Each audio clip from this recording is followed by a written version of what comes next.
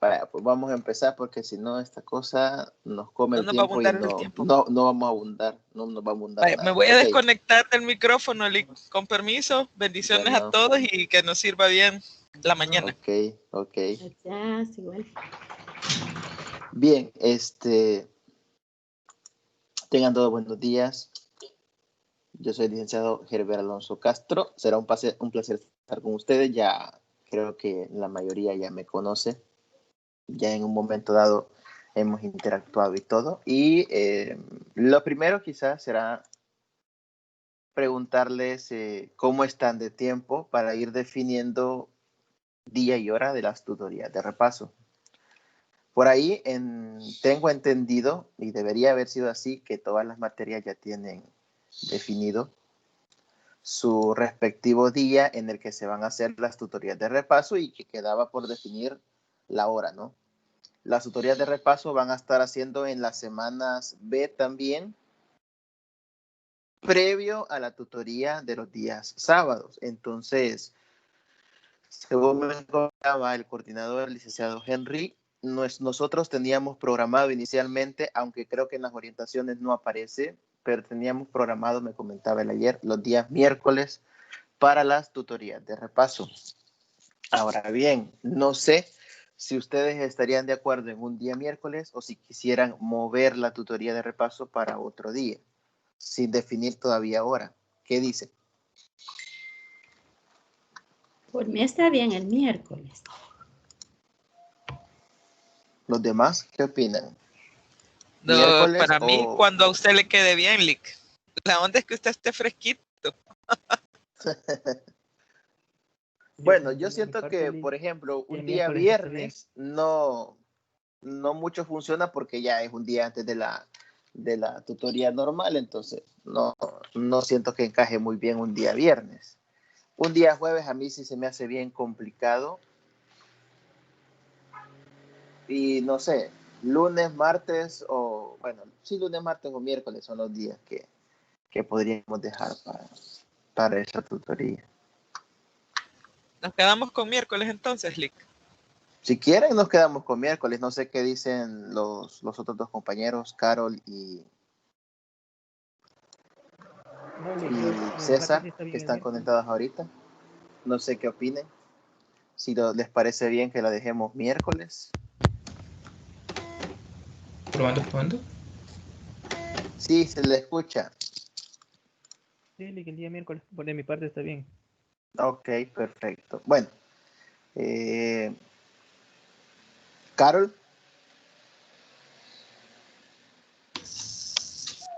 Buenos días. Buenos días.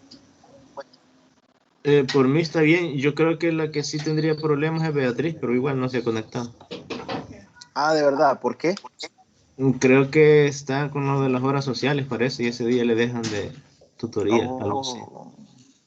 Pero igual ella tendría que decir eso. Por mí está bien. Ok.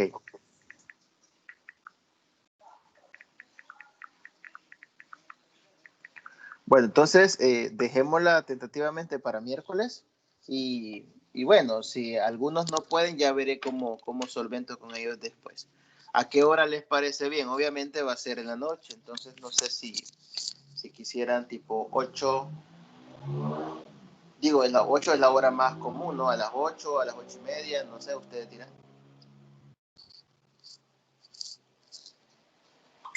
Yo, Lick, le comentaba que andaba en la uberiada, ¿verdad? Yo estoy regresando Sí. tipo 8 de regreso a mi casa, así que si fuera la posible que empezáramos a las 8:30, encarecidamente les agradezco. Ok.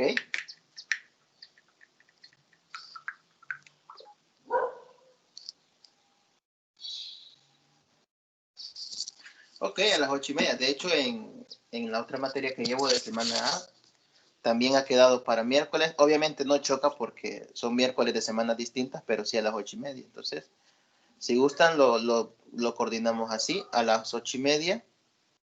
Y ya tendríamos nuestro día de tutoría de repaso. Entendiendo que no son todos los miércoles, sino que solamente van a ser los miércoles de semana B. O sea, cada 15 días. cada 15 días las tutorías de repaso. Y las de repaso no necesariamente van a ser de 2 horas como la de este día, sino que pueden ser de 1 hora y media. Eso dependerá de qué tipo de temas abarquemos. Normalmente van a ser para solventar alguna duda de ustedes o algo que se nos haya quedado pendiente en la tutoría anterior. Así que si gustan lo dejamos a las 8:30. Miércoles a las 8:30.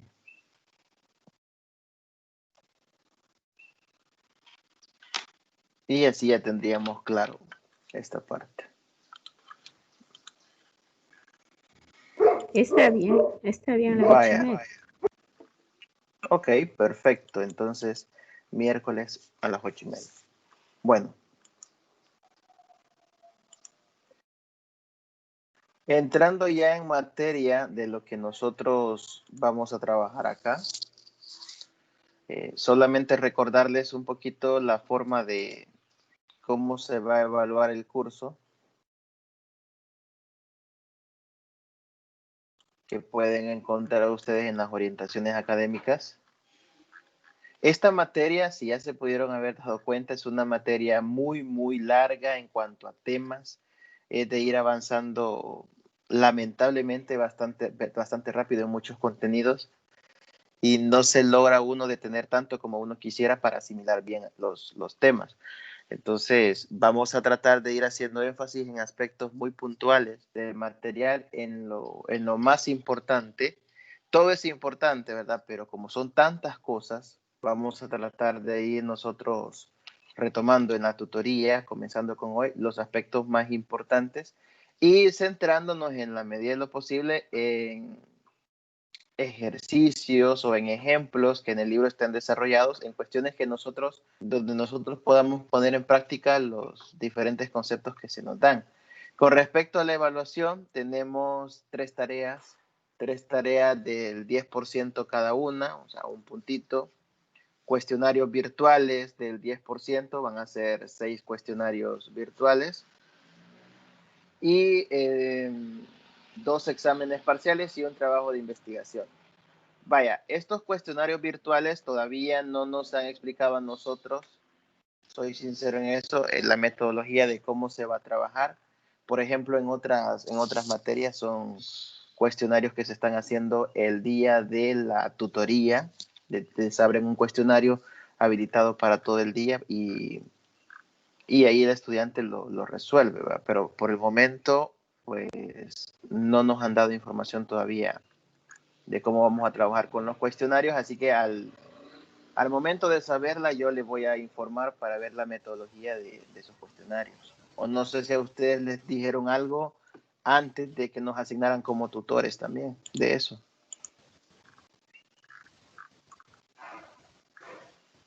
No les han dicho nada de los cuestionarios.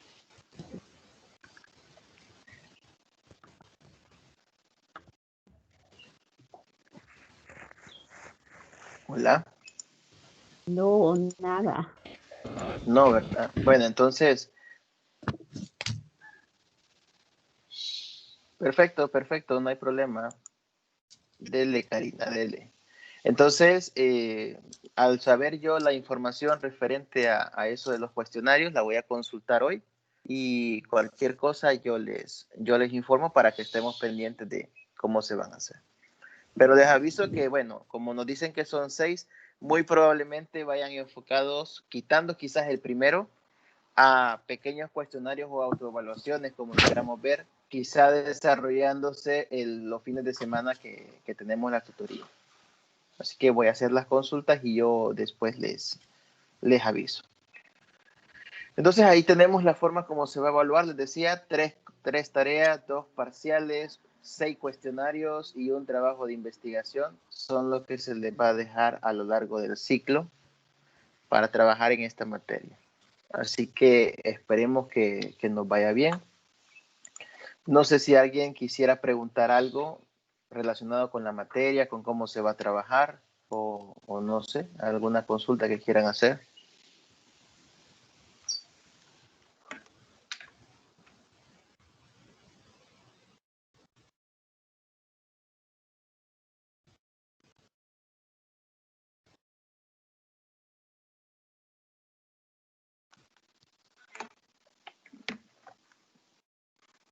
¿No? ¿O sí?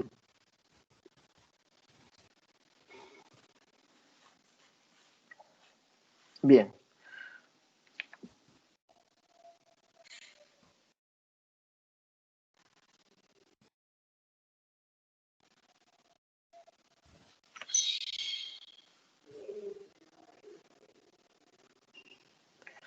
Vamos a comenzar a revisar el material. Como les comentaba, vamos a ir revisando aspectos muy puntuales del material que ya tienen en plataforma, algunas definiciones, algunos teoremas y en base a eso vamos a ir haciendo algunos comentarios y algunos ejemplos del material y ejercicios los vamos a ir comentando y desarrollando. No sé si ya están viendo, me confirman por favor, si están viendo una pantalla blanca que les estoy compartiendo. Me confirman si les aparece o no. Sí. Perfecto. Bueno, aquí voy a ir presentando un poco algunas cuestiones retomadas del material, algunas definiciones, les decía, algunos teoremas, algunos ejemplos que son de lo más importante que nosotros debemos tomar en cuenta de nuestro material de la unidad 1. Y vamos a ir haciendo observaciones y analizando cada una de estas situaciones. Bien, lo primero de lo que vamos a hablar es que para trabajar con todo lo que vamos a ver en cálculo superior, debemos tener en cuenta que vamos a trabajar con funciones de varias variables.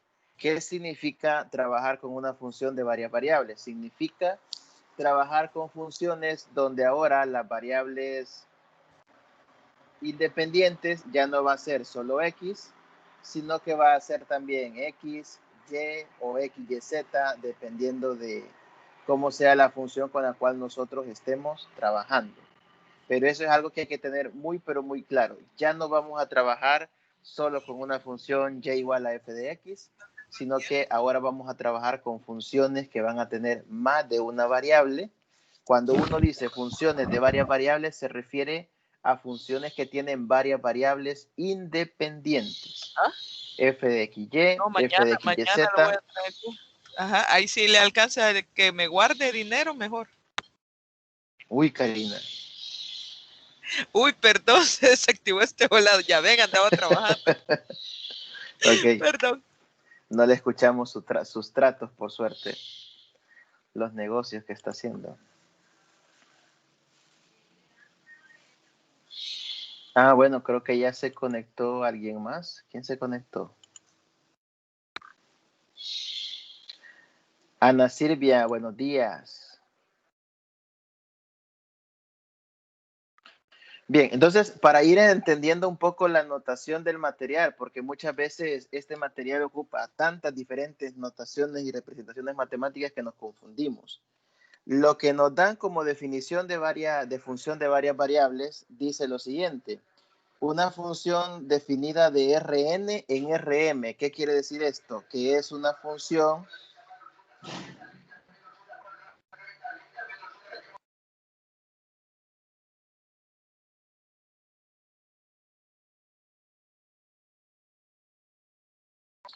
Esto significa que es una función que tiene como dominio un vector, por decirlo de alguna manera, y que tiene como conjunto de llegada otro vector. Es decir, agarra un vector en su dominio y devuelve también en términos generales un vector. Por eso es que en la definición, si se fijan, les está apareciendo que una función de varias variables toma un valor x definido como x1, x2, x3 hasta xn, toma por decirlo así un vector y devuelve como resultado otro vector que sería y1, y2 hasta y sub n. Toma un vector, devuelve como resultado otro vector. Eso es en condiciones bien generales. Nosotros no vamos a trabajar completamente con funciones que toman un vector y devuelven un vector. En algunos casos, la mayoría vamos a trabajar con funciones que toman un vector y devuelven, por ejemplo, un número real, no necesariamente otro vector. Y por eso se hace la observación en la parte de abajo, donde le dice que las funciones F1, F2 hasta Fm son funciones de Rn en Rm. Y le aclara que el I pues es un pequeño subíndice que va de i igual 1 hasta i igual m. En fin, estas son algunas observaciones de las f sub i. Aquí ya voy a hacer una aclaración porque en la definición de funciones de varias variables no aparece ninguna f sub i, ¿verdad? No aparece F1, F2, Fm, ni nada por el estilo. Ya voy a aclarar qué es esa f sub i. Las f sub i, aquí nos dicen, son llamadas las funciones componentes o funciones coordenadas de f.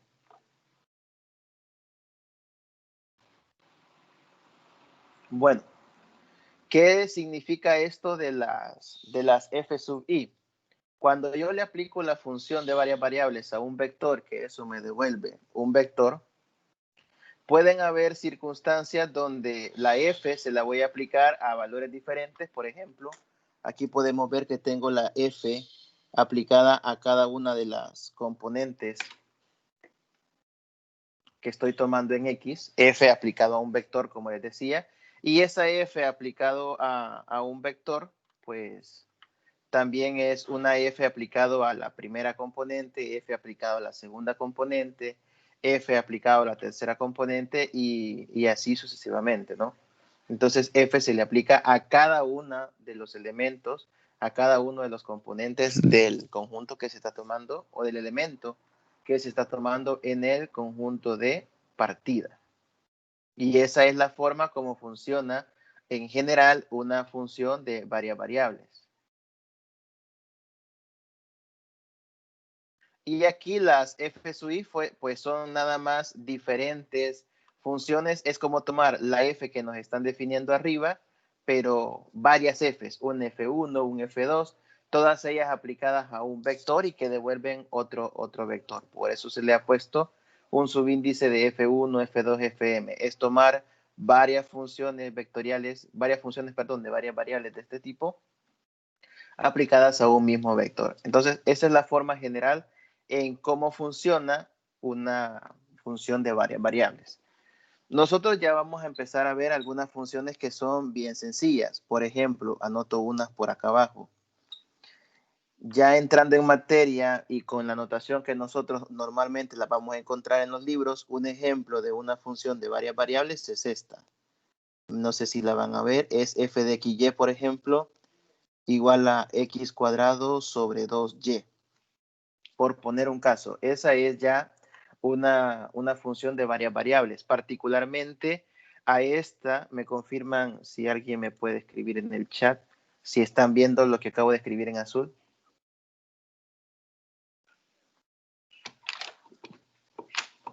¿Sí o no? Ok. Entonces, esta función es una función llamada función de dos variables. Esta función de dos variables toma un vector, digámoslo así, en dos dimensiones, con dos componentes, toma un XY, que bien lo podríamos ver según nuestra notación de la definición como un X1, X2, y devuelve una expresión X cuadrado sobre 2Y. Entonces, eso me va a terminar devolviendo, si ya fueran valores en concreto, me termina devolviendo un número real. Entonces, este es un pequeño ejemplo de una función de dos variables, que me termina devolviendo, repito, un número real. Es una de las diferentes formas en que se puede representar una función de varias variables. Esta particularmente sería una función, si la queremos definir con dominio y con conjunto de llegada y de partida, una función que va de r cuadrado a r. Esa sería una forma de definir conjunto de llegada y conjunto de partida para nuestra función. Ya si nosotros lo queremos ver de otra manera, según la definición, si queremos trabajar con más componentes, pues ya sería un poco diferente, ¿no? Pero bueno, ese es un pequeño ejemplo de una función de dos variables. Ahora bien, aquí tenemos escrito en versión diferente ejemplos de funciones que van de R2 a R2, de R3 a R3, y tenemos en el tercer ejemplo una también que va de R2 a R2. Entonces, estas ya van más apegadas a la definición que acabamos de mencionar. La primera, por ejemplo, me define f de xy como e a la x más y, x más coseno de y. ¿Qué significa esto? Que tenemos una función en el número 1 que va de R2 a R2, que toma un par ordenado y que devuelve otro par ordenado. Donde el par ordenado que devuelve, pues simplemente es de la forma e a la x más y, x más coseno de y.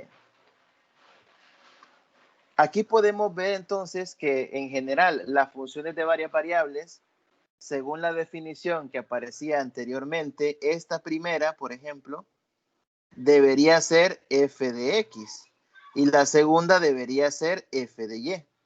¿Ya? Y así es, una es f de x, la otra es f de y. ¿Ya?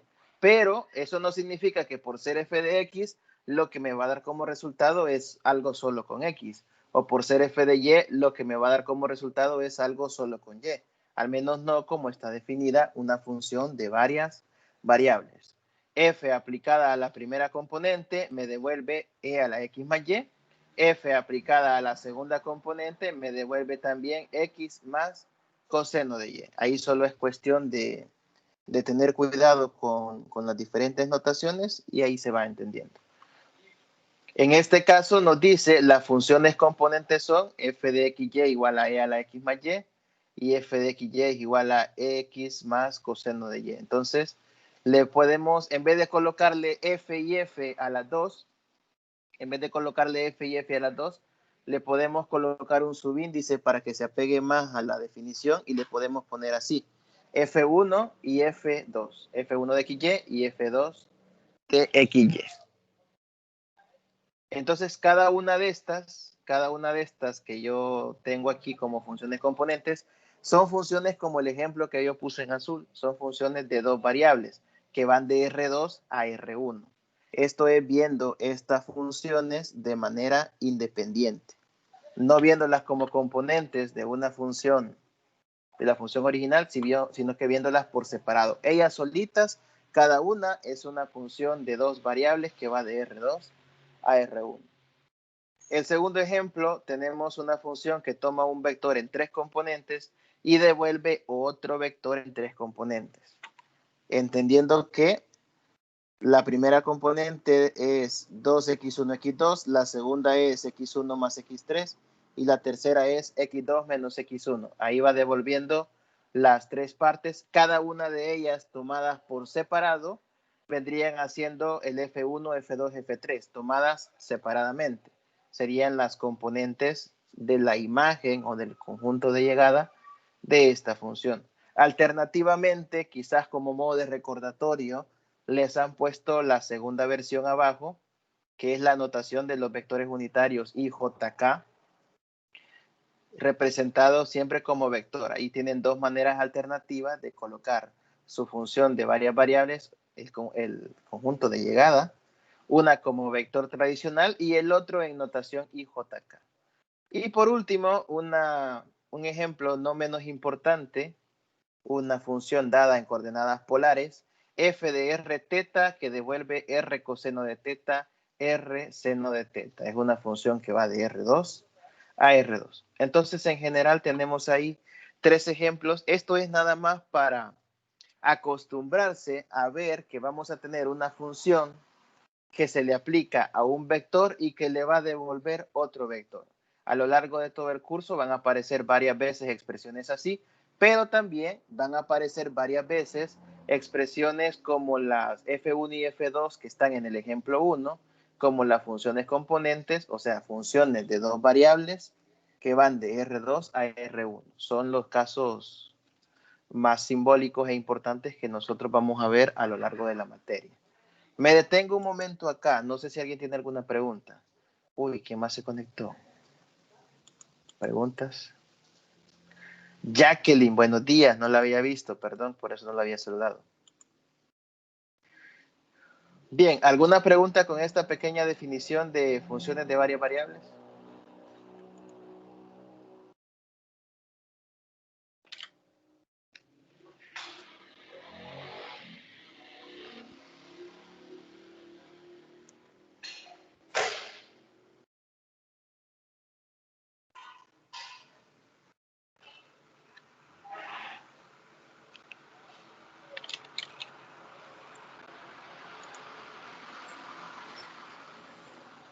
¿Alguna pregunta?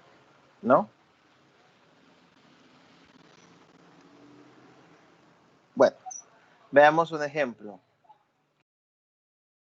Yo siempre he sido defensor, y Karina lo sabe cuando estuve con ellos en cálculo superior el año pasado, siempre he sido defensor de que cuando uno va a aprender a graficar una superficie o una función de varias variables, siempre tiene que aprender uno a hacerlo de forma manual, a graficarlo manualmente. Pero como uno siempre quiere lo más fácil y es aprender a usar el GeoGebra para graficar una superficie, aquí, por ejemplo, tenemos la función f de xy igual a x cuadrado más y cuadrado. Esta es una función de dos variables, es una función que va de R2 a R1. Y si uno lo mete la ecuación así en GeoGebra, ya le sale la gráfica bien bonita y todo lo demás. Pero siempre es bueno aprender a graficar estas funciones de forma manual. Por ahí les voy a compartir yo después, adicionalmente por correo, un material que es bien interesante y bien sencillo de cómo aprender a graficar manualmente todo este tipo de funciones. Sobre todo, teniendo en cuenta que ustedes en un futuro, cuando ya se gradúen, ustedes van a tener que ir a enseñar todos estos temas. Entonces, ustedes en un momento dado tendrán que enseñar cómo graficar este tipo de funciones de manera manual. Pues aquí en el material les proponen una forma en cómo ustedes pueden, hasta cierto punto, identificar el dominio y el rango de la función. En funciones de varias variables, el dominio se puede calcular sin necesidad de tener que graficar la función. Y el rango también. Quiere sus pequeños trucos, pero se puede hacer. Por ejemplo, el dominio se trabaja de la misma manera que ustedes están acostumbrados a hacerlo para una función de variable real. Simple y sencillamente lo que tienen que ver es en qué valores su función está definida o para qué valores su función no está definida, con la única variante que ahora van a tener que verlo desde el punto de vista de pares ordenados, de ternas ordenadas o de vectores en 4 componentes, dependerá de cuál sea el conjunto de partida de su función. En este ejemplo, tenemos f de xy, que es x cuadrado más y cuadrado. Su conjunto de partida o su dominio son pares ordenados, son x, y. Entonces, para encontrar su dominio, solo pregúntese, vaya, esta función, ¿habrá algún par ordenado para el cual esa función no esté definida o no se pueda calcular ningún valor? No, es una función que es de tipo polinomial. Y recordando las reglas que ustedes en su momento vieron en álgebra y funciones, creo, el dominio de una función así, de una función de tipo polinomial, eran todos los reales. Aquí, como ya no son números reales nada más, sino que son pares ordenados, ¿cuál sería el dominio de esta función? ¿Cuál sería? Teniendo en cuenta que es un polinomio y que existe para cualquier valor de x y de y, ¿cuál sería el dominio de la función?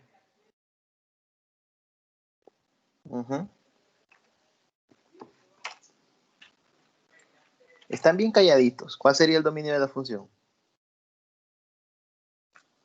Ya voy a hablar todo lo que dice ahí, pero ahorita la pregunta del ejemplo. ¿Cuál es el dominio de la función? R2, licenciado. R2, correcto. Es todo R2. Y la pregunta que se los hacía no porque sea difícil la respuesta, sino porque me interesaba ver cómo es que ustedes me la decían. ¿En qué sentido? En el sentido que estamos ya trabajando con 2 dimensiones. Entonces, cuando decimos que no hay valores que hagan que esta función no exista, lo decimos tanto para X como para como para Y. Eso quiere decir que X y Y pueden tomar cualquier valor real y eso, pasado al hecho de que estamos trabajando en R2, significaría, en pares ordenados, perdón, significaría entonces que... ya se conectó Beatriz también, buenos días. Significaría entonces que estamos trabajando con todo el plano cartesiano. Ahora bien, ¿cuál sería la respuesta, por ejemplo, si yo le pusiera f de x, y y le digo x cuadrado más 2y sobre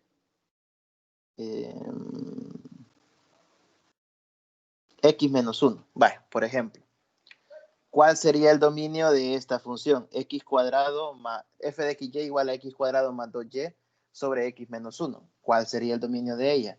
¿Para qué valores esa función no existe o no se puede calcular? X cuadrado más 2y sobre x menos 1. ¿Para qué valores esa función no se puede calcular? ¿Qué me dicen?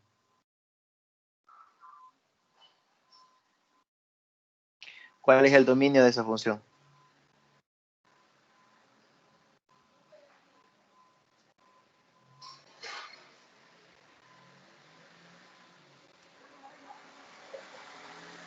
Vaya, para x igual a 1 está indeterminado.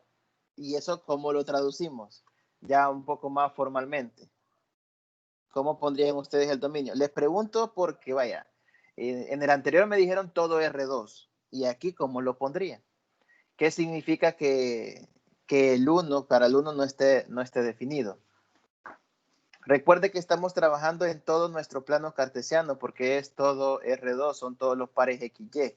Si yo digo que los X igual 1 dan problema, ¿cómo traduzco eso para indicar mi dominio? No es R2 menos 1. No es los reales menos 1. Es que ese es el detalle. Cuando hablamos de R2, estamos hablando de pares ordenados. Y aquí estamos hablando de que el problema lo da cuando X vale 1.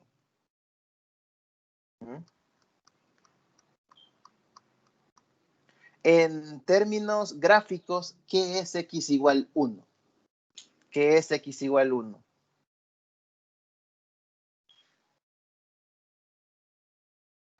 Si yo le dijera, grafíqueme X igual 1, ¿qué es eso?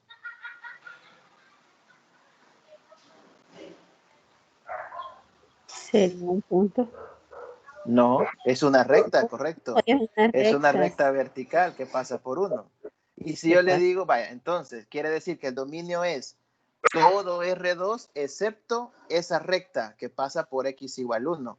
Hay muchos ejercicios donde a veces a uno le piden graficar el dominio de una función. No graficar la función, sino graficar el dominio. Entonces, si usted tuviera que graficar el dominio, por ejemplo, de esta función, su gráfica sería algo como lo que voy a plantear yo ahorita. Grafica el sistema coordenado XY. Y bueno, como ya vimos que los puntos donde da problemas son cuando X vale 1, trazamos una recta en X igual 1. Esa recta la ponemos punteada para indicar que no va a pertenecer y sombrearíamos todo nuestro plano cartesiano. Entonces algo así sería una representación gráfica del dominio. Todo R2 menos, no es menos 1, ¿verdad? Como había puesto por ahí César haciendo la corrección, es todo R2, si lo quieren poner de una manera sencilla, todo R2 menos la recta X igual 1. O sea que sería R2 menos, y entre llaves si quiere pone X igual 1. No solo el valor numérico, sino que póngalo con todo y la variable. Porque al ponerlo con todo y la variable, entonces usted está diciendo que a R2 le está quitando la recta X igual 1. Ya eso estaría simbolizado así. Esa es una forma de ponerlo. La otra forma de colocarlo sería ya con una notación de conjuntos, quitándole la F, Karina, quitándole la F. Solo es X igual 1. Otra forma de escribirlo sería que el dominio de F, por ejemplo, son todo R2 menos los pares ordenados de la forma, voy a poner así, menos los pares ordenados de la forma 1, y, con y que pertenece a los reales. Esta es otra forma de ponerlo. No sé si ya les está apareciendo. Cuando uso esta aplicación se tarda un poco en aparecer lo que estoy diciendo. Pero sería todo R2 menos los pares ordenados donde la componente en X valga 1. Porque en el fondo esa línea recta vertical es eso. Son todos los pares ordenados donde la componente en X vale 1. Entonces esta sería una forma de que usted puede plantear dos maneras diferentes de plantear el dominio de una función. Vaya, para el rango sucede algo muy curioso. Hay una estrategia para sacar los rangos de las funciones de varias variables que yo en lo personal no me la podía. Hasta cuando yo estudié tampoco nunca lo vi, no me enseñaron a calcular rangos. Ya en la práctica, otros compañeros de trabajo me enseñaron una estrategia que yo considero bien sencilla para calcular el rango de una función de varias variables sin necesidad de hacer la gráfica. Obviamente esa forma es sencilla, pero si uno no la trabaja o la trabaja con diferentes tipos de funciones se puede complicar. Vaya. Habrán algunas funciones que sí ameriten hacer la gráfica para poder hacer el análisis del rango, pero hay otras que no necesariamente necesitan eso. Por ejemplo, la que yo le estoy poniendo acá, de x cuadrado más 2y sobre x menos 1, como es un cociente para identificar el rango, usted puede simple y sencillamente hacer lo siguiente. Analice numerador y denominador por separado y diga o escriba por ahí en un costado qué tipo de resultados le puede dar el numerador y qué tipo de resultados el denominador en el siguiente sentido. Arriba tenemos un polinomio, entonces ese polinomio al evaluarlo en cualquier valor numérico, el polinomio del numerador le puede arrojar a usted un resultado positivo, le puede arrojar en un momento dado también 0, y la pregunta, ¿le podrá dar algún valor negativo la expresión de arriba? X cuadrado más 2y, sí, ¿verdad? Dependerá de cuánto valga X y cuánto valga Y. Arriba también le podría dar algún valor negativo. Entonces, se trata de escribirle a cada porción de su función si puede dar un valor positivo, negativo o 0. Usted anota los posibles resultados que le puede dar. Entonces, aquí arriba le puede dar positivo, negativo o 0. Y abajo, ¿qué posibles valores le puede dar? Abajo le puede dar solamente, ¿le puede dar un valor positivo? Sí, dependerá cuánto valga X. ¿Le puede dar 0 abajo? No, porque el 0 abajo implica que no existe. ¿Le puede dar un valor negativo? Sí, dependerá cuánto valga X. Y ahí lo que he hecho, repito, es anotar nada más los posibles signos de los resultados que me puede arrojar cada una de mis partes de la función. Luego hacemos las operaciones mediante una división, en este caso, de esos signos, y tenemos que las posibles combinaciones son más entre más da más entre menos va a dar menos, 0 entre cualquier signo va a dar 0. Por lo tanto, los resultados al operar esto pueden ser positivos, 0 o también negativos. Como puede dar de todo, algo positivo, algo negativo y también 0, entonces el rango son todos los reales. El rango se va a calcular en el conjunto de llegada. En este caso, como el conjunto de llegada es R1, son todos los reales, entonces el rango va a ser un intervalo de números reales. Como aquí las diferentes opciones son más, 0 y menos, entonces el rango es todos los reales. Y ahí está calculado sin necesidad de graficar la función.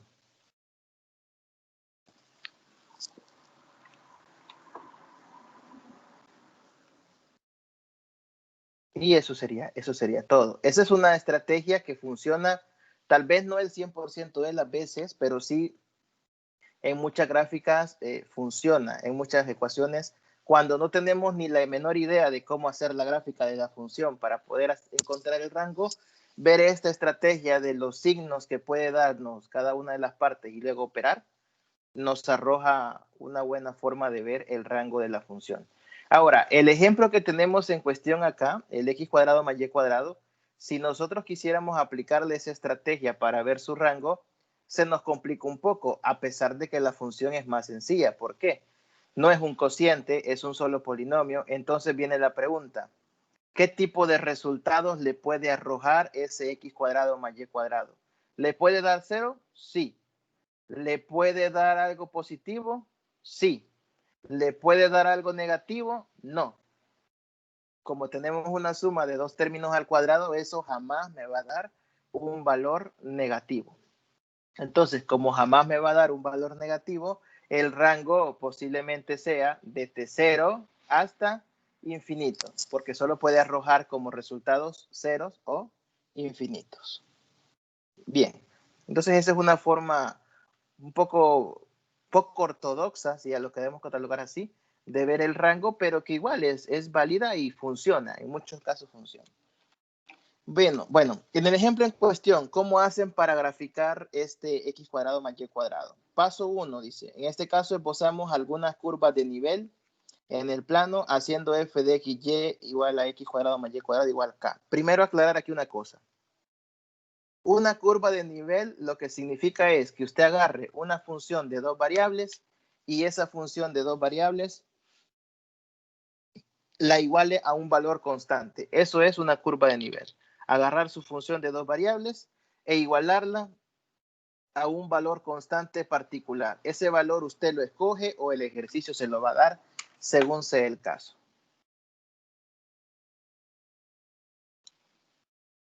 Pero como les estaba diciendo, eso usted lo va a analizar. Bueno, en este caso muy particular, a las curvas de nivel deciden darles el valor de 2, 3, 4 y 5. El que resolvió el ejemplo decidió darle estos valores y esas son las curvas que vamos a encontrar. Entonces se ponen a analizar cuál es el resultado o qué es lo que queda cuando usted toma x cuadrado más y cuadrado y lo iguala a k, variando el valor de k. Esta expresión de x cuadrado más y cuadrado igual a k es una circunferencia en general, donde va a ir variando el radio según el valor de la constante que usted haya tomado. Es una circunferencia centrada en el origen con radio constante. Aquí hay que tener un poquito de cuidado porque como bien se hace la observación, dependiendo del valor constante que usted le dé, puede obtener algo que exista y algo que no exista. Si usted le da el valor de acá, un valor positivo, es una circunferencia. Si acá le da un valor negativo, eso no existe porque tendría una suma de valores al cuadrado igualado a un valor negativo. O como muchos estudiantes dicen, una circunferencia de radio negativo y eso no existe. Después, si k vale 0, ya eso ya no es una circunferencia. Si k vale 0 particularmente, como aparece por acá, si k vale 0 tendríamos x cuadrado más y cuadrado igual 0 y eso es un punto. Bueno, perdón, eso sí, ese es un punto, x cuadrado más y cuadrado, porque es como una circunferencia de radio 0. Eso es el punto 0, 0. Entonces, resumiendo, una curva de nivel para una función de varias variables es agarrar su función e igualarla a un valor constante. Ese valor constante usted puede definir cualquier valor de darle, pero teniendo el cuidado que dependiendo cuál valor sea, en muchos casos le puede dar tipos de curvas diferentes o le puede dar también algunas curvas que no existan, como en este caso. Y la idea es, de este paso 1, sacar todas esas curvas de nivel y tratar de irlas graficando en un sistema tridimensional. Aquí han sacado para k igual 2, 3, 4 y 5, no las han dejado indicadas en esta parte, pero sería una circunferencia de radio raíz de 2 para k igual 2, una circunferencia de radio raíz de 3 para k igual 3, una circunferencia de radio 2 para k igual 4 y así sucesivamente. Este valor de k aunque en esta parte no lo menciona, pero es el valor de Z. Este valor de K es el valor de Z. Porque una curva de nivel se caracteriza porque es igualar una función a una constante, pero también nosotros debemos de saber que en una función de dos variables, el f de x y equivale a la variable z. O sea que cuando decimos f de x y igual a x cuadrado más y cuadrado, es lo mismo que z igual a x cuadrado más y cuadrado. Entonces, por la analogía de la notación, darle a la función una igualación a un k es lo mismo que darle a z el valor de la constante k. ¿Cómo haría uno entonces para graficar estas diferentes curvas de nivel? Antes de ver el paso 2, me voy a pasar a la siguiente imagen. Aquí podemos ver en el lado izquierdo que están graficadas en 2 dimensiones las diferentes curvas de nivel que antes se han calculado. X cuadrado más Y cuadrado igual a 2, 3, 4 y 5. En diferentes colores, ahí están todas las circunferencias que se calcularon cuando igualamos la función a un valor constante. Eso es graficado en 2 dimensiones. Pero ya si nosotros queremos subir esto a 3 dimensiones, porque cuando trabajamos con las funciones z igual a f de x y, la gráfica de la función es una gráfica en 3 dimensiones. Esos círculos, esas circunferencias, las tenemos que graficar a la altura del valor de z respectivo. Ahora me paso a la imagen del lado derecho. En el lado derecho tenemos una superficie en 3D que recibe el nombre de paraboloide elíptico. Ahí hace falta aclarar que este es paraboloide elíptico porque después tenemos otro paraboloide que se llama paraboloide hiperbólico. El paraboloide hiperbólico es el que más de alguno habrá escuchado o conocido ya, que matemáticamente se le conoce como silla de montar al paraboloide hiperbólico. Así que es necesario aclarar que este es paraboloide elíptico. Ahí se ha graficado el paraboloide. En el material que les digo que les voy a enviar, ahí está de una forma bastante sencilla explicado cómo se grafica un paraboloide elíptico y demás superficies en 3D. Así que este es un paraboloide elíptico. Lo han graficado y han hecho 4 planos cortando a ese paraboloide. Esos 4 planos son el equivalente a que usted agarre una superficie, la corta con un plano y de ese corte, lo que queda en ese corte son las curvas de nivel que ya el ejercicio anteriormente le ha mostrado. Entonces, las circunferencias que están a la izquierda son los cortes que quedan cuando agarra su superficie y la intersecta con un plano. Ahí le han puesto que los 4 planos en color, no sé, color aqua, digamos, son z igual 2, z igual 3, z igual 4, z igual 5. ¿Por qué? Porque como dije antes, el f de x y a nivel de una función de 2 variables es lo mismo que z. Entonces, igualar una función a una constante k equivale también a igualar z a una constante k. Entonces, cada uno de esos 4 z que están ahí, z igual 2, z igual 3, 4 y 5, pues no es nada más que un plano que se está interceptando con una función, con la función. Y al interceptar el plano con la función, eso le va a dar como resultado las diferentes curvas de nivel que ya anteriormente se han calculado. Entonces, esta es una representación un poco gráfica de lo que estamos viendo de las curvas de nivel. Vuelvo a la página anterior. Paso 2 dice, nótese que las 4 curvas de nivel obtenidas son a la vez las curvas de intersección, lo que acabo de mencionar, de la gráfica de F y los planos Z igual a K, porque a la Z se le asigna el valor de K. Tanto Z como la función propiamente se igualan a K, lo que indica la forma parabólica de la superficie. Vaya. La idea de la construcción de la gráfica tal vez no se vea tan bien aquí, pero la idea de cómo construir la gráfica es la siguiente. La primera curva de nivel, el primer círculo en verde, lo voy a poner acá, el más pequeño es para z igual 2. O sea que usted en 3D se ubica en Z igual 2 y ahí grafica un círculo. La segunda circunferencia, la azul, es para Z igual 3. Se ubica a la altura de Z igual 3 y ahí dibuja usted otro círculo. Después, la roja es para Z igual 4. La tercera circunferencia es para Z igual 4. Y ahí dibuja usted un tercer círculo.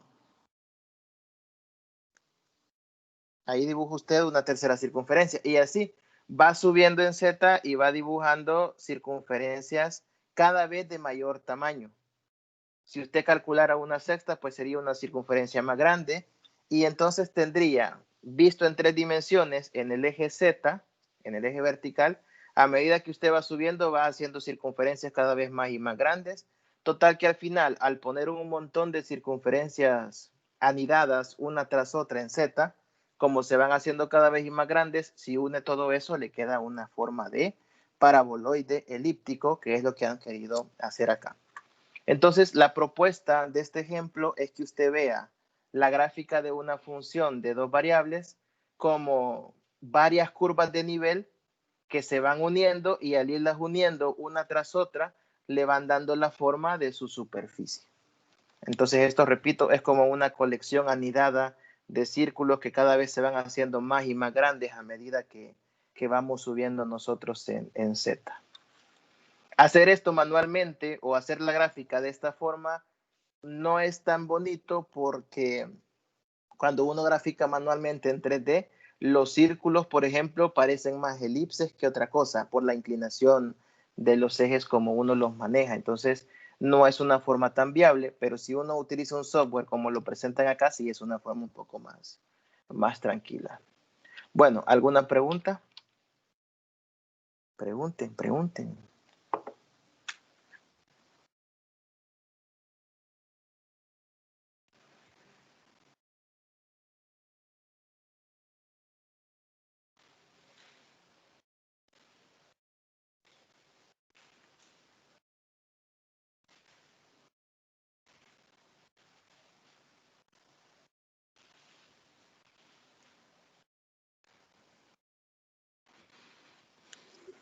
¿No? Bueno, pues, ok. Sigamos entonces.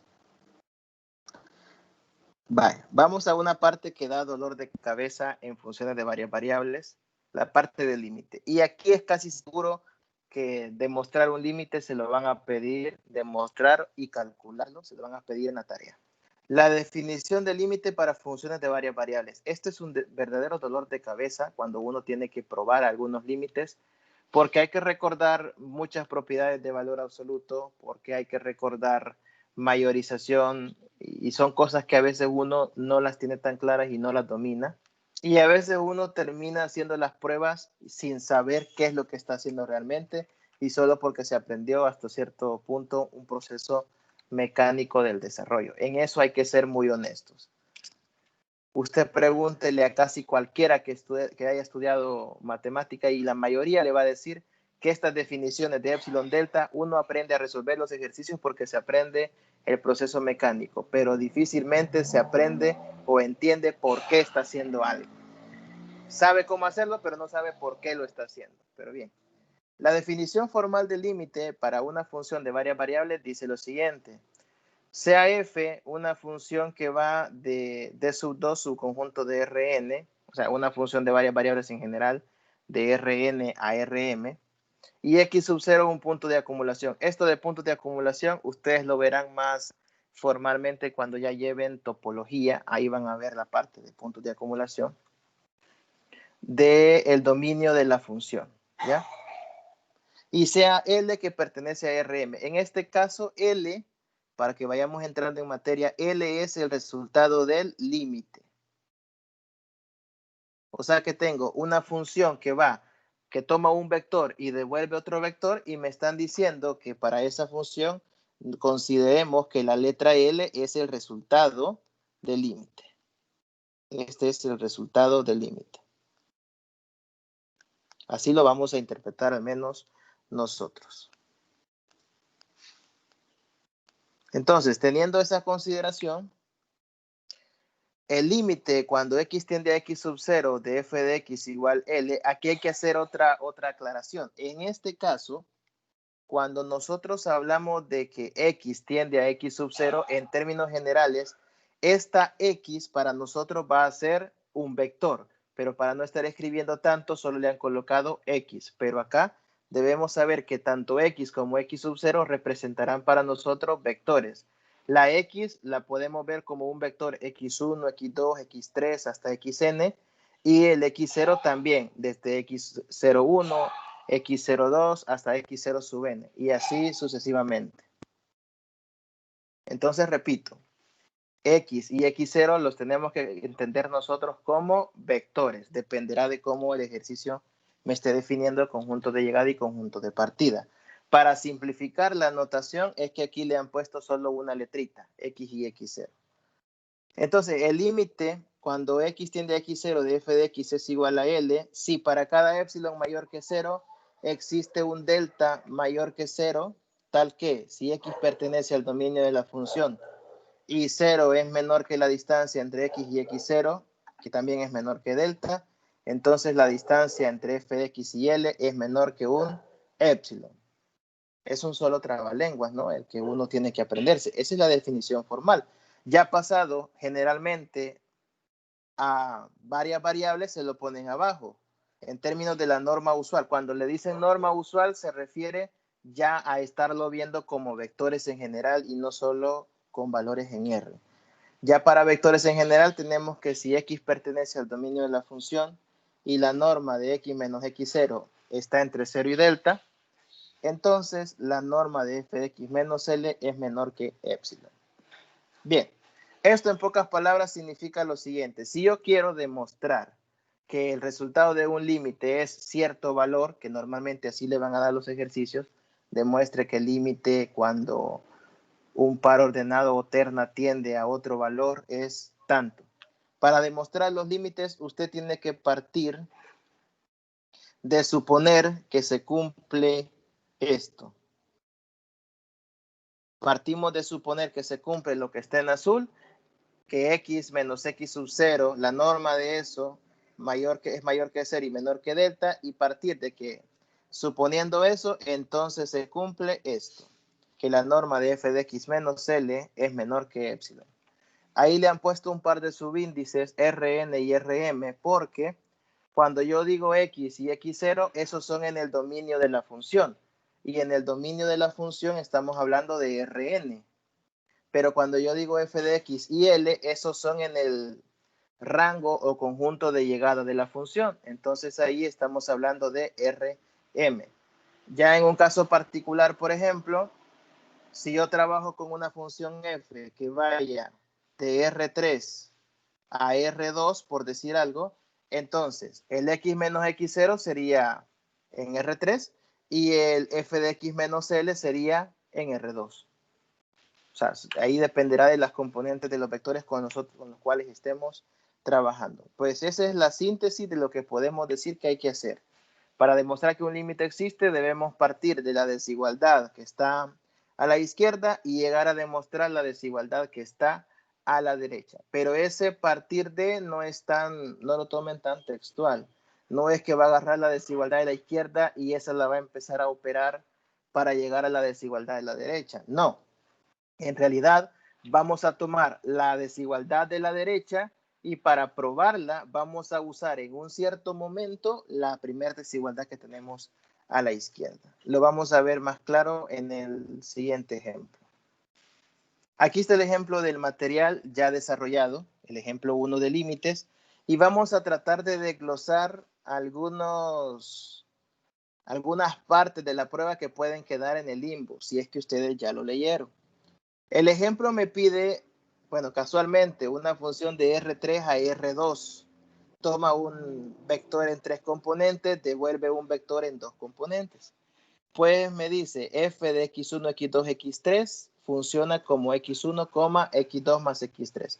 Agarra una terna, o sea, un vector en 3 dimensiones, y devuelve un vector en 2 dimensiones de la forma x1, x2 más x3. Bueno, ahí está la función. Y me piden probar que el límite cuando x tiende a 1, 2, 3, de f de x es 1, 3. Vean aquí la notación. Le han puesto una X mayúscula abajo. A veces esto genera confusión, pero es más que nada errores de redacción, de digitación, que a veces uno use X mayúsculas y X minúsculas. Aquí es lo que le decía antes. Por simplicidad, uno utiliza X, pero como aquí estamos utilizando en el fondo vectores, debemos de sobreentender que si yo pongo solo una letra, hay que ver en qué R estoy trabajando y esa letra me va a representar un vector. En este caso, esta X en el fondo es un X, Y, Z. ¿Por qué? Porque mi conjunto de partida es en R3 y estoy trabajando de R3 a R2. Entonces esa X representa un vector en 3 componentes. El límite cuando ese vector X, Y, Z tiende a 1, 2, 3, el 1, 2, 3 sería el X0, ahí lo ponen. De la función f es 1, 3. Me están pidiendo que demuestre eso. Que el límite cuando x, y, z tiende a 1, 2, 3 de mi función planteada es 1,3. Bueno, ¿cómo lo demuestro? Aquí viene la parte de la definición del límite.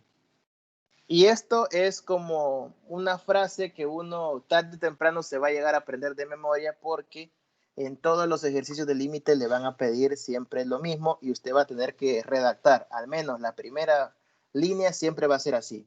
Sea epsilon mayor que 0, debemos encontrar un delta mayor que 0, tal que si x pertenece al dominio de la función y la norma de x menos x0 está entre 0 y delta, entonces la norma de f de x menos l es menor que un epsilon. Esa frase, esa oración siempre la va a colocar. Eso nunca le va a cambiar, independientemente de cuál sea el límite, de qué límite tenga que demostrar e independientemente de cómo sea la función, de cuál sea el dominio y de cuál sea el rango. Esa frase siempre la va a poner. Ahora bien, ¿cómo se demuestra? Bueno, usted va a partir siempre de la norma de f de x menos l, lo que les decía. Vamos a partir de lo que quiero demostrar, f de x menos l. Y tenemos que ver que esa norma de f de x menos l sea menor que un epsilon. Para ver que sea menor que un epsilon, en su momento vamos a utilizar la otra desigualdad del delta. ¿Cómo planteamos la norma de f de x menos epsilon? Aquí está, primer paso. La norma de f de x menos l, perdón, sería la norma de x1 más, x2 más x3 menos 1, 3. El límite es el par, en este caso, 1, 3. Y lo que voy a colocar restado es la función menos el par 1, 3. La función es x1, x2 más x3. Es lo que devuelve la función. Lo que devuelve la función menos el par 1,3. Entonces es lo que tenemos acá. La función menos el par 1, 3. Desarrollamos operaciones entre pares ordenados, resta de componentes o suma de componentes. En este caso es una resta.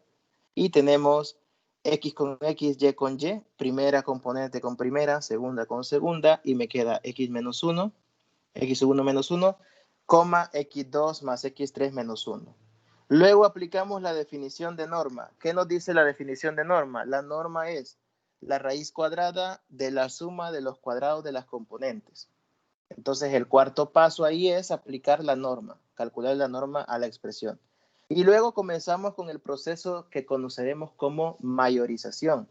Mayorizar una expresión no es nada más que buscar algo que sea mayor que lo que ya tenemos. Recuerden que nuestro objetivo es llegar a probar que f de x menos l es menor que un epsilon. Entonces tenemos que encontrar algo mayor que lo que vamos desarrollando. Lo único que estamos seguros que es mayor que lo que tengo en el cuarto paso es por propiedades que la raíz cuadrada de una suma es menor que la suma de raíces cuadradas. La raíz no se distribuye, ¿verdad? Pero la desigualdad se mantiene. Entonces, esto es menor que la suma de raíces cuadradas. Luego, por definición de raíz cuadrada, la raíz cuadrada aplicada a un valor al cuadrado me devuelve, la raíz se elimina con el cuadrado y solo me quedan los valores absolutos de lo que tenía dentro del cuadrado. ¿Por qué valores absolutos? Porque estamos buscando respuestas estrictamente positivas. Como yo quiero cosas que sean mayores y estoy trabajando con normas, Entonces las normas siempre son positivas. Eso ya lo tuvieron que haber visto en materias anteriores. Pues acá, como son solo valores positivos, yo quiero raíces positivas. Y como no sé cuánto vale ni x1, ni x2, ni x3, para garantizar un resultado positivo le colocamos el valor absoluto. Bueno, pues ahí tenemos eso ya.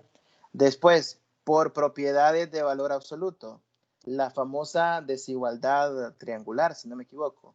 Si yo tengo el valor absoluto de una suma, eso es menor o igual que la suma de valores absolutos. Entonces lo que se ha hecho es, en este paso, separar el x2 más x3 menos 3 de la siguiente forma. Se ha reescrito el menos 3 como menos 2 menos 1. Se separó el 3 como un 2 y un 1. Sigue siendo la misma expresión, se separa y luego se agrupan los primeros dos y los últimos dos.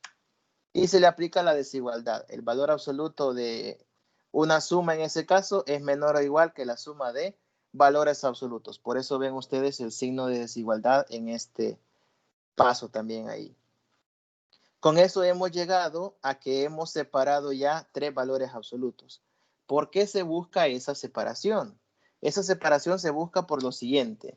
La desigualdad que en su momento vamos a usar, esta del delta, la norma de x menos x0 no es nada más que lo siguiente. Es la raíz cuadrada.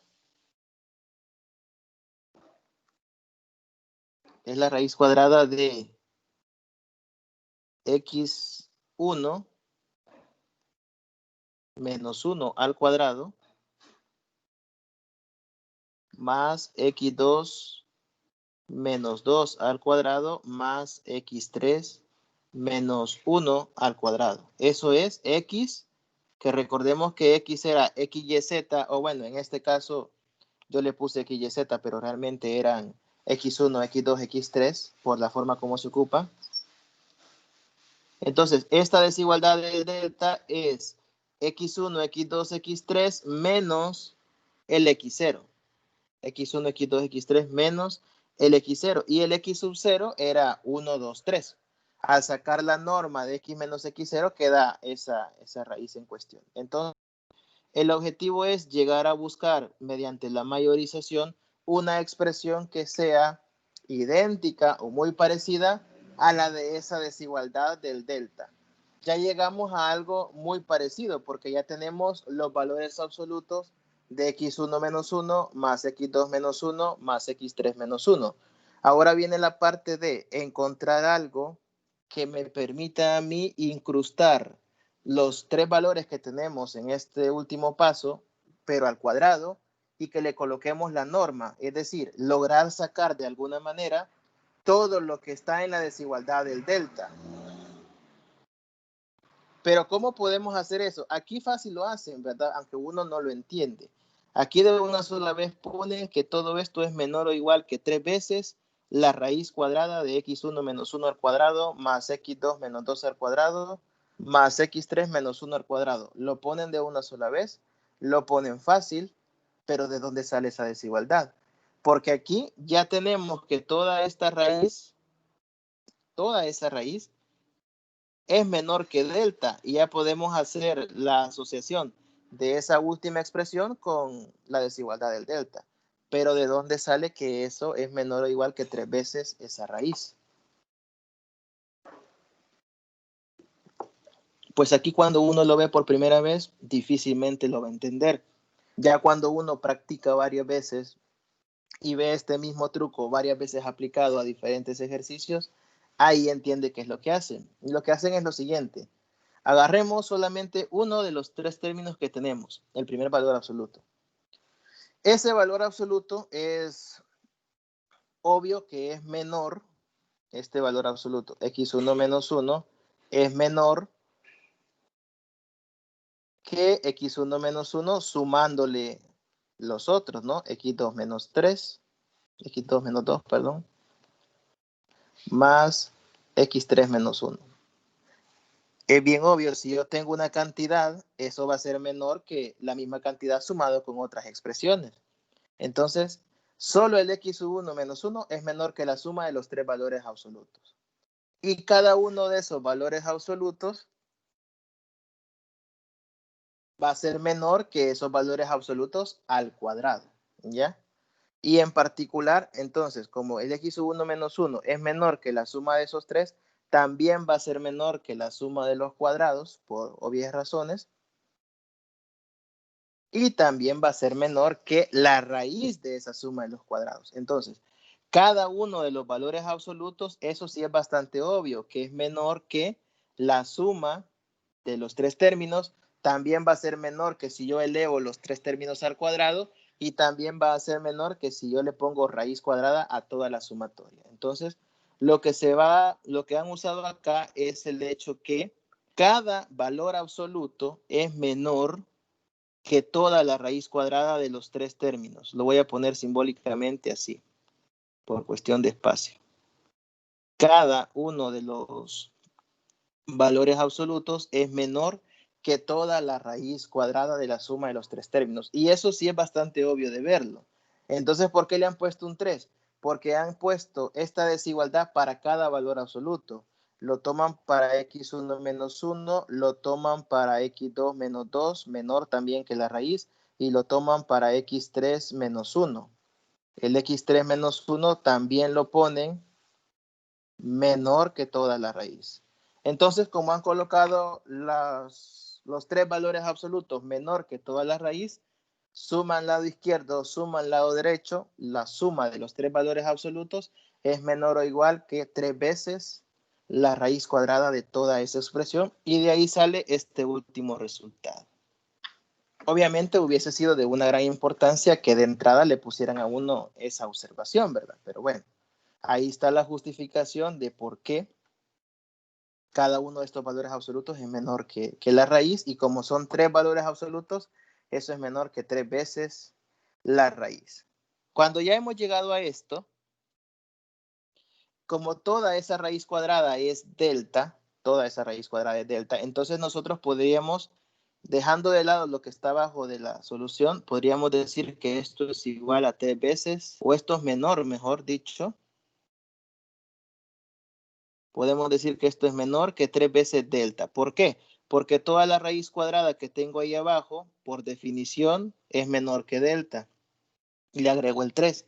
Y aquí viene ya la conclusión del ejercicio. Como yo lo que quiero es que todo esto sea menor que epsilon, cuando ya solo tengo cosas en términos de delta, venimos nosotros y decimos, bueno, ya probé que es menor que 3 delta. Entonces, 3 delta lo voy a tomar como epsilon, que es justamente lo que han hecho acá en el ejercicio. Han tomado el 3 delta como epsilon y han despejado el delta, para decir que delta lo van a tomar al final como epsilon sobre 3. Y ahí terminaría prácticamente la demostración. Lo que hay que buscar al final es la relación que se debe cumplir entre el epsilon y el delta para que todas las desigualdades terminen siendo las indicadas, las correctas.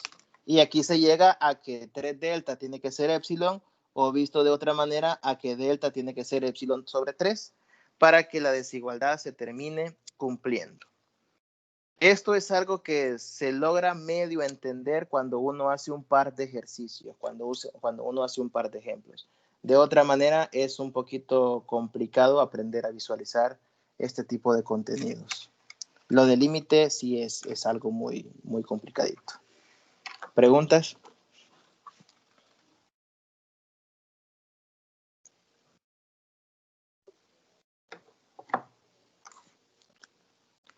¿O ya se me durmieron?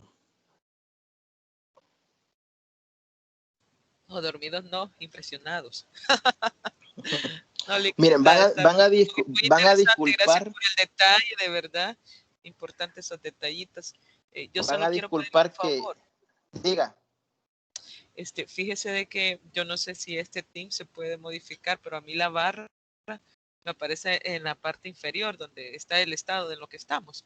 Entonces, cuando usted escribe muy abajo, yo no alcanzo a ver. He tratado de moverla, pero no se mueve. Oh. Entonces, en esta forma donde ha llegado hasta ahí, no he tenido problemas de visualización. Solamente porque en el anterior sí tuve un poquito de Ah, complicación. sí, como en el Pero anterior estaba a esta escribiendo bien altura, abajo. Sí, sí, sí. ajá, Pero qué solo raro, eso, ¿verdad? porfa. gracias. Qué raro de Teams. Ok, No, perfecto. no lo lo puedo voy a tomar en mover, o cuenta. sea, no sé si yo no puedo configurar esa barra, quitarla de ahí, no dejarla visible. Pero sí, gracias por Ok, el detallazo, bueno, importantísimo. ahí van a disculpar el hecho de que a veces me tardo en escribir, pero lamentablemente yo estoy utilizando últimamente una aplicación de iPad para escribir y todo, para modificarlo. No me gusta hacer presentaciones normales porque aquí siempre es necesario estar manchando lo que uno está enseñando y todo, y ya mi lápiz ya no quiere, entonces a veces quiere escribir, a veces no. Por eso muchas cosas me salen cortadas o no se escriben bien. Esperaría para la próxima tutoría ya tener uno nuevo para que todo se vea mejor. Pero bueno, estos ejemplos de los límites, les decía, o sea, son bien complicaditos de entenderlos. Algunos pasos se ven bien bonitos, bien sencillos de analizarlos, pero ya cuando uno tiene que dar el salto para hacer la relación con el epsilon y el delta, ahí cuesta un poco la parte de la mayorización. Bueno.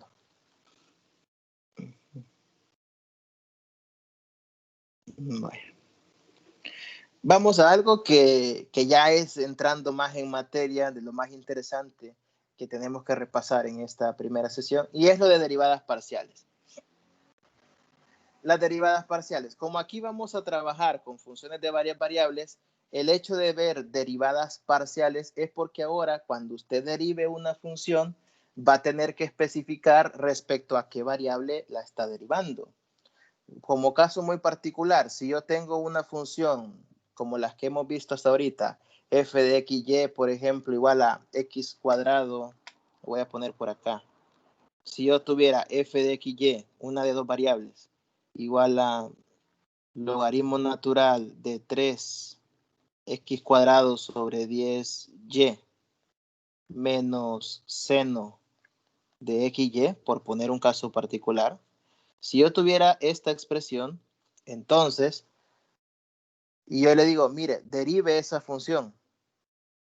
Tiene dos variables, x y también y. Entonces usted tiene que especificar con respecto a qué variable va a derivar, y por eso el nombre de derivadas parciales, porque uno no deriva completamente toda la función, sino que solo la deriva parcialmente, solo una porción, solo una parte de la función es la que está derivando, solo respecto a x o solo respecto a y. De ahí el nombre de derivadas parciales. La definición que dan acá es una definición bien general, en el sentido de que el conjunto de partida y el de llegada sean vectores con una gran cantidad de componentes. Y yo el ejemplo que le estoy poniendo es uno que va de R2 a R1, solo para familiarizarnos un poco más con el tema. Las propiedades de derivada que usted va a utilizar son todas las que usted ya maneja. Todas las propiedades de derivada, todos los teoremas para calcular derivada que usted recuerde son viables acá, con la única diferencia que siempre tendrá que aclarar, o el ejercicio le va a decir, con respecto a qué variable va a derivar. Si le dicen que derive con respecto a x, entonces todo lo que no sea x, usted lo va a considerar como constante. Si le dicen que derive respecto a y, todo lo que no sea y lo va a considerar también como constante. Eso dependerá de la función que le den y de qué derivada le estén pidiendo. Pero como todo en la vida en matemáticas es empezar por lo más difícil y terminar llegando a una fórmula donde todo se calcule más fácil, lo primero que a uno siempre le enseñan cuando uno ve derivadas, independientemente sea derivadas de funciones de varias variables o de variable real, es calcular la derivada por límites. No recuerdo en qué... ¿Cuál es la cálculo diferencial? Creo que es. En cálculo diferencial, ustedes lo primero que vieron fue eso, calcular derivadas usando límite. Aquel famoso límite cuando h tiende a 0, de f de x más h menos f de x sobre h. Algunos usan h, otros usan delta x, pero ese límite fue lo primero que fue su primer contacto, o tuvo que haber sido, con las derivadas. Pues aquí empiezan igual, la definición de límite para una función de varias variables. Pero de entrada ese límite apantalla bastante porque la definición dice lo siguiente. Sea f una función que va de Rn a R. Este D mayúscula que ponen es solamente para indicar que se está trabajando, que el conjunto de partida no es todo Rn necesariamente, sino que es un subconjunto de Rn. Entonces, sea f una función que va de Rn a R. Esto ya es algo muy, muy bonito porque es una función que toma un vector y devuelve un número. Entonces, esta función la definen particularmente de la siguiente manera. F de x1, x2 hasta xn le devuelve x sub n más 1. Simplemente es notación. Por lo tanto, se define la derivada sub j, esa d mayúscula es d sub j de f de x, como esta notación que tenemos acá es la representación de derivadas parciales. Es como una letra D minúscula, pero un poco como colochita, digámoslo así, como curvada. Esa letra D curvada representa derivadas parciales. Hoy las derivadas ya no son la D minúscula tradicional, sino este símbolo que es muy importante de aprender a hacerlo lo mejor posible. Eso va a representar para nosotros derivadas parciales. Haciendo una ligera investigación, yo pensaba en lo particular que era una letra griega, pero no, es un derivado de la letra griega delta. No me metí en más cuestiones, pero lo digo como dato curioso. Un estudiante en otra materia me preguntó que qué letra era. No supe qué contestarle, investigué y pues no era ninguna letra griega. Simplemente es un derivado del delta que nada más se conoce como operador de derivadas parciales, esa especie de letra D. Entonces, cuando usted pone d de f, d de xj, aquí está diciendo usted la parcial de f respecto a la variable xj. En términos concretos, esto podría también ser así, parcial de f respecto a x o parcial de f respecto a y, por ejemplo. Si yo tengo una función de dos variables donde el par del conjunto de partida sea x, y, entonces la notación sería esta, la parcial de f respecto a x y la parcial de f respecto a y. La primera dice que se deriva respecto a x, la otra sería que se deriva respecto a y. Y así sucesivamente, dependerá de cuántas variables tengamos en el conjunto de partida, así van a ser las diferentes notaciones. El denominador es el que va a cambiar, donde usted va a colocar la variable respecto a la cual se está derivando. Pues en esta definición le aparece la derivada parcial de f respecto a xj, o sea que de todo su vector que usted está tomando, el vector en general se lo están dando de la forma x1, x2 y así sucesivamente.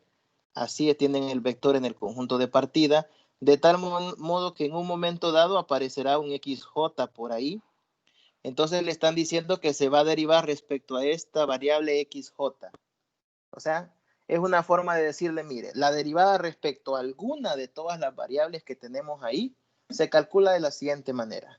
Límite cuando h tiende a 0 de f evaluado en el vector del conjunto de partida, y lo particular que tiene esta definición es que el f evaluado al xj se le suma h.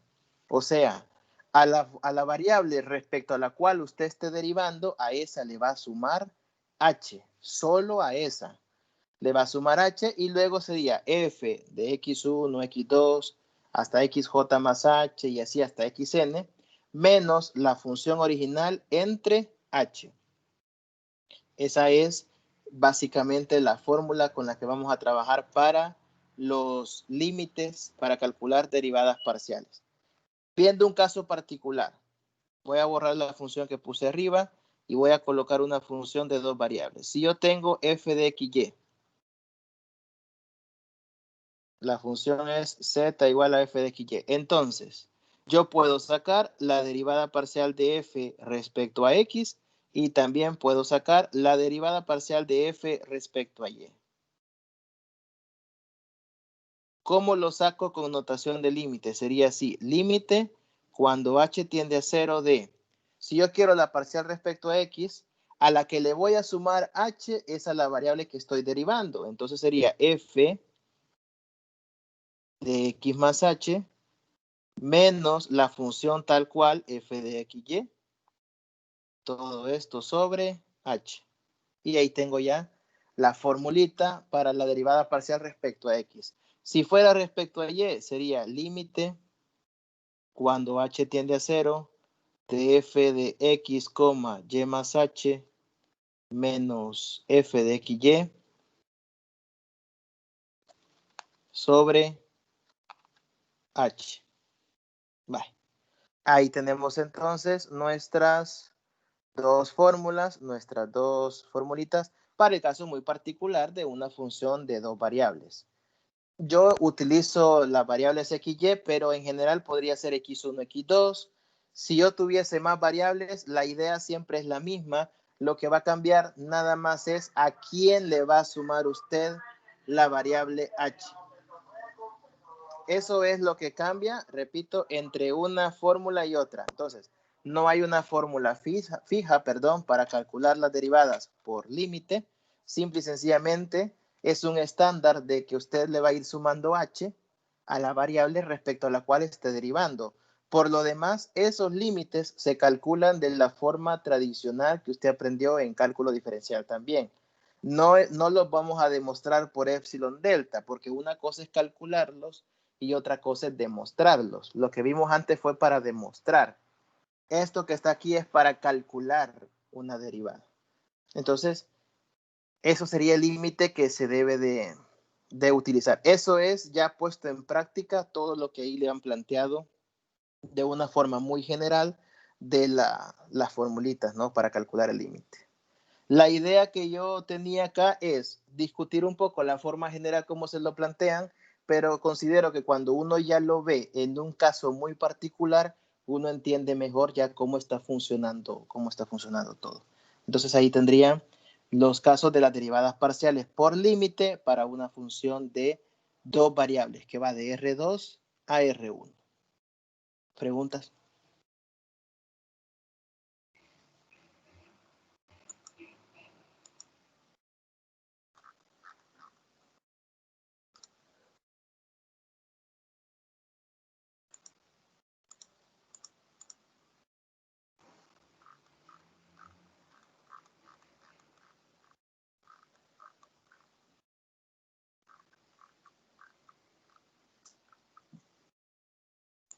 Bueno, en esta parte de derivadas, aquí usted, como ya le dije antes, usted va a aplicar todas las propiedades que se recuerde de derivación tradicional.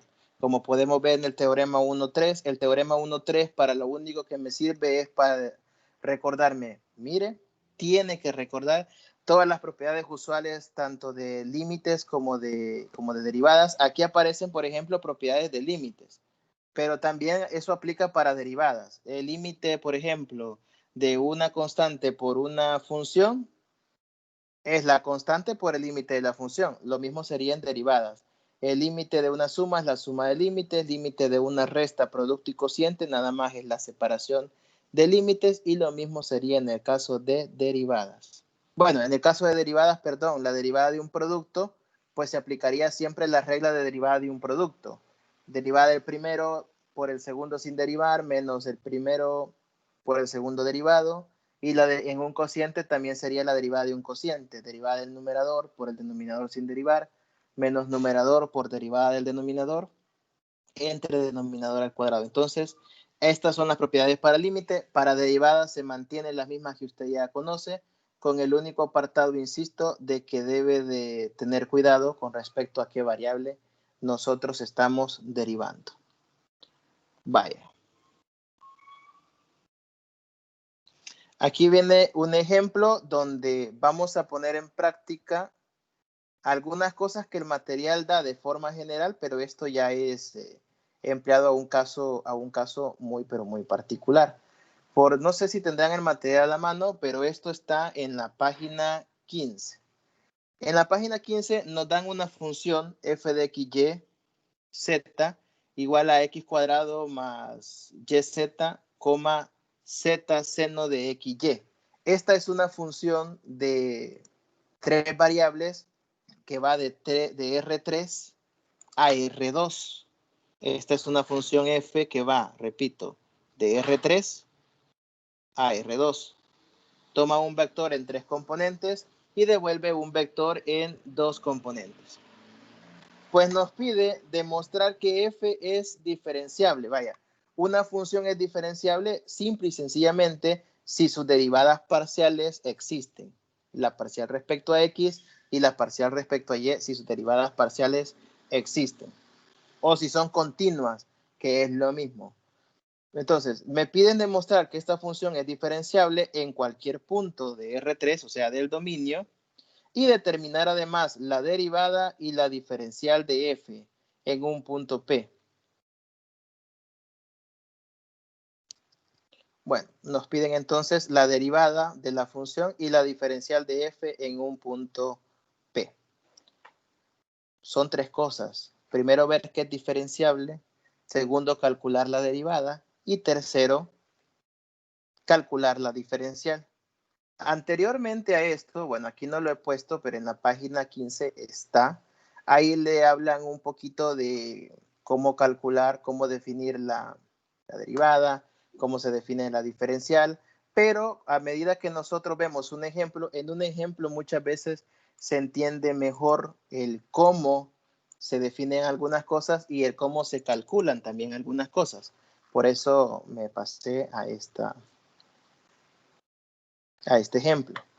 Bueno, como aquí tenemos una función que va de R3 a R2, las derivadas parciales de esta función pues no son solamente dos, como lo vimos en el caso anterior, sino que tenemos lo siguiente. Primero, definimos nosotros las funciones que llamábamos al inicio funciones componentes de esta expresión. En este caso, por ejemplo, ¿quién es la función F1? F1 de x, y, z es la primera que está en el conjunto de llegada, o sea, x cuadrado más y, z. X cuadrado más y, z. Definimos la segunda función del conjunto de llegada, F2. F2 en este caso sería z seno, aunque aquí le ponen sim, seno de XY. Entonces lo primero es eso, definir nuestras funciones que son las componentes del conjunto de llegada. Ahí están las dos. Como son dos funciones las que tengo, porque va de R3 a R2, cada una de esas dos funciones la puedo derivar respecto a X y también la puedo derivar respecto a y también respecto a Z, porque ahora el dominio es R3. Anteriormente, cuando hablé de la definición de límite, el dominio era R2. Como el dominio es R2, entonces solo se deriva respecto a dos variables, X y Y usualmente. Aquí el dominio es R3 y por lo tanto se deriva respecto a 3, X, Y, Z. Bueno, definimos nuestras funciones componentes, sabemos cuántas veces se puede derivar y aquí lo primero que tenemos que hacer es ver que la función, no F1 ni F2, sino la función global, la F global, es ver si esa es diferenciable. Para que la F global sea diferenciable, sus pequeñas F's componentes tienen que ser diferenciables. O sea que las derivadas parciales de las dos F1 y F2 tienen que existir siempre, porque no me dan un punto en particular, me lo dan en general. Pues bueno, tenemos que sacar todas las derivadas parciales de F1 y F2, son tres de F1 y 3 de F2 porque son X, Y, Z, las 3 de F1 y las 3 de F2 y ver que todas existen. Y para eso, el paso 1 de la solución dice que es determinar la matriz jacobiana de F. El jacobiano es algo que ustedes van a usar a lo largo de toda esta materia y más adelante en otros cursos. El jacobiano simplemente es una matriz formada por derivadas. Es una matriz formada por derivadas, donde cada fila de su matriz estará formada por las derivadas parciales de una de las funciones componentes respecto a las diferentes variables que tiene. Por ejemplo, podemos decir nosotros que la primera fila de la matriz jacobiana son todas las derivadas parciales de la función F1. La segunda fila de la matriz jacobiana son todas las derivadas parciales de la función F2 y así sucesivamente. Si hubiese una F3, entonces se le agrega una tercera fila a la matriz jacobiana y esa tercera fila son todas las derivadas de la función F3. La matriz jacobiana usualmente se representa por una J mayúscula. Ustedes lo van a ver en la anotación del material. Pues aquí, como solo son dos funciones F1 y F2, la matriz la han armado de manera que la primera fila es o son las derivadas parciales de F1. Se ve bastante pequeño también tanto aquí como en el material, pero ahí creo que se alcanza a apreciar que dice parcial de F1 respecto a X, parcial de F1 respecto a Y, parcial de F1 respecto a Z. O sea, toda la primera fila son las parciales de F1 respecto a todas las variables. Y la segunda fila son todas las parciales de F2 respecto a todas las variables. Entonces esa es la matriz jacobiana. Sacamos las derivadas parciales que están ahí al lado derecho y después se analiza si esas derivadas parciales habrá algún punto donde alguna de ellas no exista. Por ejemplo, arriba queda 2x, z y y, esas siempre van a existir. Abajo quedan yz coseno de xy, xz coseno de xy y seno de xy. Esas siempre van a existir y por lo tanto el seno y coseno saben que para cualquier valor que uno les dé siempre se pueden calcular. Entonces, como todos los valores no tienen problema en ningún número, en ningún punto, se dice que todas las derivadas parciales son continuas, todas existen. El jacobiano permite que todas las derivadas existan también y por lo tanto la función f sería diferenciable. Entonces, una función en general de varias variables de Rn en Rm es diferenciable si cuando usted saca su jacobiano, esta es su matriz de derivadas, le resulta que todas las derivadas siempre existen, siempre se pueden calcular. Me voy a detener un par de minutitos en lo siguiente. Es bonito ver los resultados, entender que vaya, cada fila son las derivadas de una función f sub i y que todas las derivadas son continuas y existen y todo lo demás. Pero puede ser que algunos se estén preguntando, ¿y de dónde sacó esas funciones ya como resultado de las derivadas? Pues es aplicando propiedades de derivación. No las voy a hacer todas, pero por ejemplo, veamos la segunda fila, que quizás es la que tiene resultados más interesantes. Veamos de dónde sale la segunda componente de la segunda fila, el xz coseno de xy. Esa segunda componente representa la derivada de f2, la parcial de f2 respecto a y. O sea que vamos a derivar f2 respecto a y. Como se está derivando respecto a y, todo lo que no sea y para nosotros es considerado constante. La z va a ser constante y la x va a ser constante. En ese sentido, z y x pues simplemente no se derivan y en algún momento si toca derivarlo sería 0. Entonces, como la función f2 es z seno de xy, el z es constante, pues no me afecta en nada. Lo voy a poner por acá. La parcial de f2 respecto a y. Z es constante, pero está multiplicando, solo lo pongo. Una constante cuando está multiplicándose simplemente se va bajando, se va poniendo en el siguiente paso. La derivada del seno es coseno de xy. El argumento queda igual. Y luego, por regla de cadena tradicional, porque aquí hay otra regla de cadena, pero es para función de varias variables, por regla de cadena tradicional, la derivada de xy, ¿cuál es? Respecto a y, la derivada de xy sería solo x. Ordenando su respuesta, ya le queda xz por coseno de xy. Cuando yo derivo xy, es como que usted esté derivando 2y, por ejemplo. La derivada de 2y es 2, la derivada de 3y es 3, porque ahora, como estoy derivando respecto a y, la x para mí es una constante, entonces derivar xy es como una constante por y. Esas son cosas a las que uno se va a ir acostumbrando. Vale. Solo para ejemplificar eso. Después que ya tenemos la matriz jacobiana, la derivada de una función de varias variables es la matriz jacobiana. Aquí está representada como D sub PDF. Este D sub PDF significa la derivada de la función f en el punto P. Como aquí no me dan un punto, sino que es en general, pues le colocamos una P minúscula. Por lo tanto, si la función, su conjunto de llegada no es R, sino que es R2, R3 o cualquier otro RM, como en este caso que es R2, la derivada de la función está dada siempre por la matriz jacobiana. O sea, representación de todas las posibles derivadas de sus componentes. Con solo sacar la matriz jacobiana, usted ya va a matar dos cosas de un solo tiro. Ya va a ver si la función es diferenciable y además ya va a tener la derivada de la función.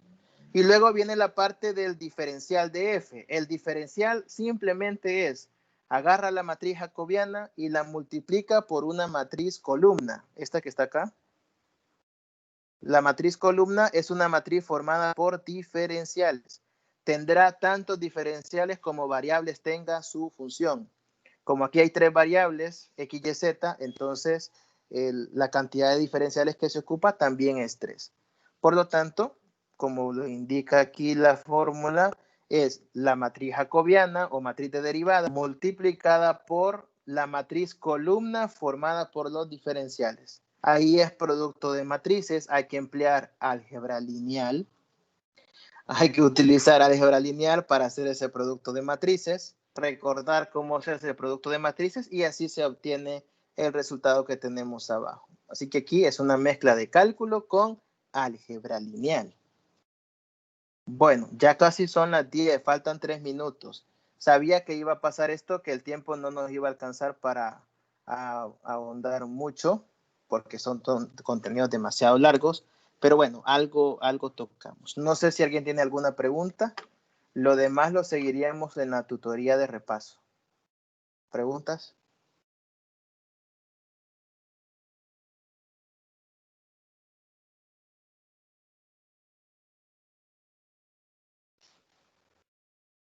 Licenciado, yo entré tarde, entonces no sé si Sí. ya se pusieron de acuerdo para la tutoría de repaso. Mire, a lo que llegamos, creo que faltaba usted y otra, Rosy, que no se conectó, y otra compañera más, pero no sé, me dijeron que usted posiblemente tendría problemas, por cierto, pero usted es Beatriz, ¿verdad o no? No, yo soy Silvia.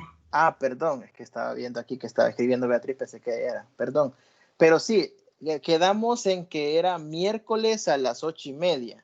No sé si usted tendría problemas. Hola, licenciado, buenos días. Hola, buenos días. Fíjese que a mí me da... Ajá.